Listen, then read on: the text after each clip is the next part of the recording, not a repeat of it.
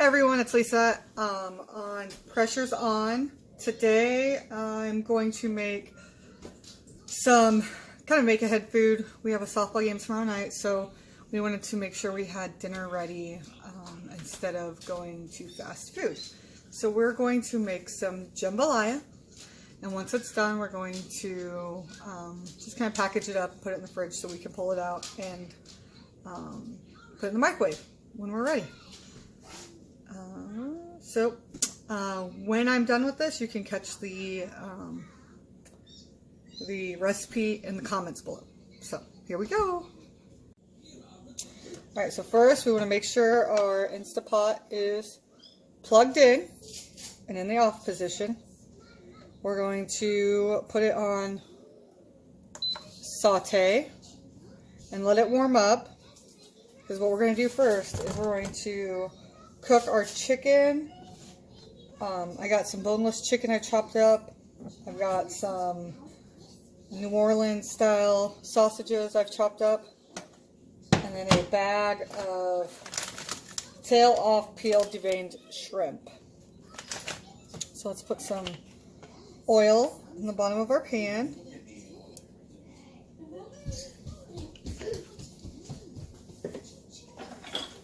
Let that get all heated up in there.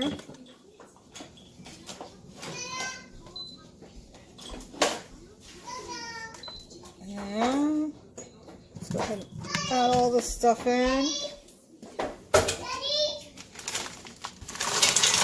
You can put the shrimp in frozen, that's fine. I'm going to let this kind of heat up a little bit.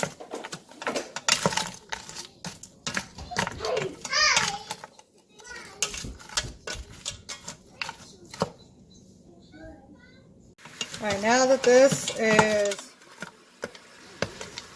cooking up, I can hear it sizzling. We're going to put about a teaspoon of Creole seasoning and a half a teaspoon of thyme in there.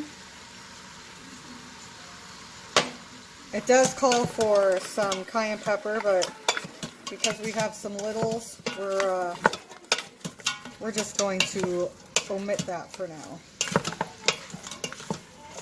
And we're going to let this cook for about 3 to 5 minutes. Alright, so now that we've cooked this for about 3 to 5 minutes, my shrimp is no longer frozen. This is where I will deviate from the recipe a little bit. It would call for you to, once everything's cooked, to take it out, put in your vegetables, cook them up, and then add your liquid and pressure cook and add your meats back in at the end. I, however, will be cooking everything all at once. So now I'm going to add in 3 stalks of chopped up celery. This calls for onion and green pepper as well, but I'm not going to be putting them in today. A can of diced tomatoes. A cup of rice. A cup of chicken broth.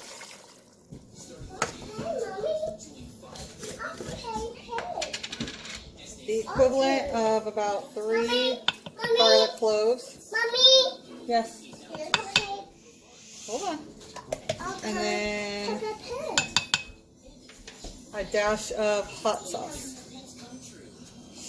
And we'll then mix it all up because you need to make sure your rice is covered.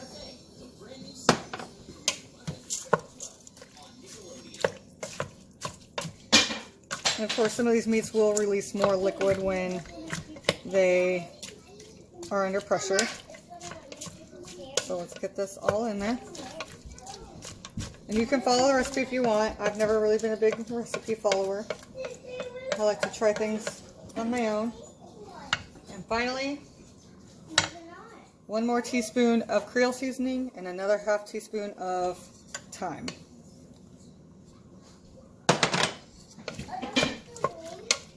Alright. It looks really pretty already. Alright. So, let's go ahead and get this ready to cook.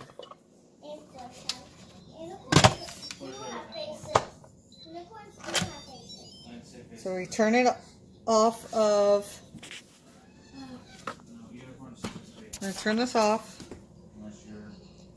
So we're going to push keep warm. There we go. Make sure we're in this, that's venting, that's sealing. I'm going to come back down here and we're going to do manual for 8 minutes. And then we're just going to leave it alone. Let it do its thing. Alright, we've come to our 8-minute mark. And our pin has pushed up and it is flush with the plastic part. Alright, so our timer has gone off. I've let it sit here for about 3 minutes while I was helping my kids empty out their pumpkins they're going to get ready to carve. I have a rag ready just in case because we had a lot of liquid in there. So let's go ahead and do our moment of truth. Note to self, you do not want this steam to go up under any of your cabinets.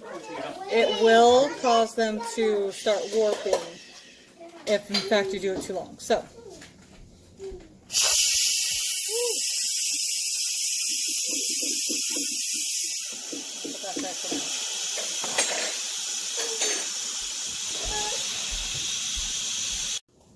okay, so that took about 3-4 minutes. Our pin has dropped. Our pressure is released. So let's go ahead. Ooh, look at that. That looks pretty yummy. And there's our rice. You cannot just dump it out. Our rice looks like it's done. So I'm going to let it sit here and thicken up a little and let some steam out, and then we'll go ahead and package it all up. But look at that. Doesn't that look yummy?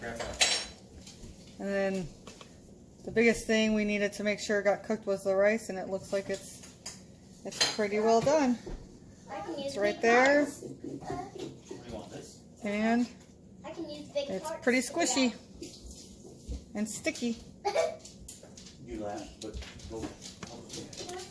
So this shows that you don't need to do them all in individual steps if you do not want to in the recipe. The reason I like the Instapot itself is because you have the option of doing almost like a dump meal.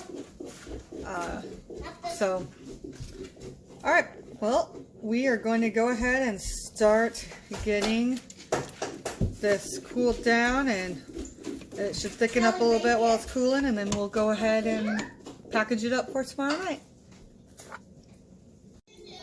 Okay, so now we've let this cool.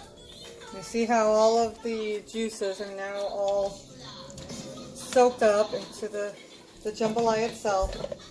I'm going to start putting it into some containers, and tomorrow we will have dinner ready.